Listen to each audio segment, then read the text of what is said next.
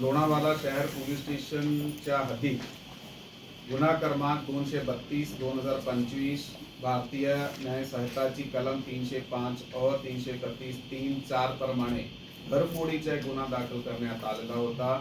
यामध्ये 47 तोले वजनाच्या सोन्याचे दागिने आणि त्याच्याबरोबर 2 किलोग्राम वजनाची चांदीची भांडी असा मुद्देमाल जे होय ते मालमत्ता जे आहे ते चोरून नेले होते घरफोडीमध्ये।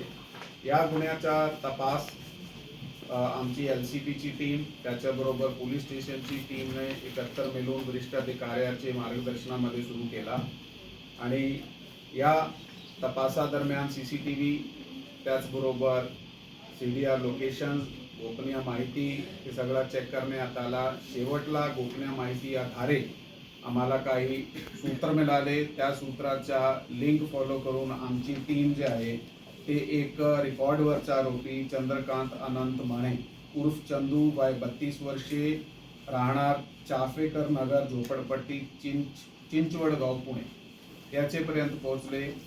त्याची इंट्रोगेशनमध्ये समोर आला की त्यांनी त्याचे इतर साथीदारासोबत मिळून हे जे गुन्हा केला होता। त्याचे दुसरे जे आरोपी आहे धनंजय हरीश काळे वय 20 वर्षे राहणार भारतनगर झोपडपट्टी चिंचवडगाव पुणे। तिसरा आरोपी दीपक शिवाजी मेनके वय 38 वर्षे पाटेलाळी कर्जत जिल्हा रायगड।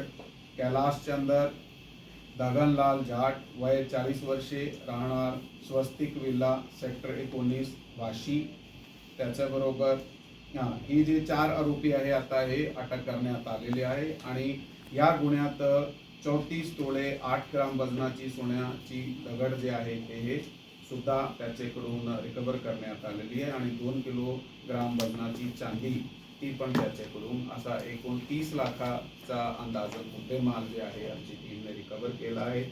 या टीममध्ये ते पोलीस स्टेशनचे इन्चार्ज श्री रामागिरे भूमी रामागिरे त्याच्याबरोबर LCBचे आमचे प्रभारी अधिकारी श्री शिलिंकर त्याची टीम यामध्ये PSI सावंत आणि त्याची टीम आहे आणि हे सर्वांनी SDPO अमोल मांडवे आणि ॲडिशनल SP रमेश चोपडे यांच्या मार्गदर्शनाखाली हे गुन्हा उघडकीस आणला आहे। हा टीमचा खूप खूप अभिनंदन आहे।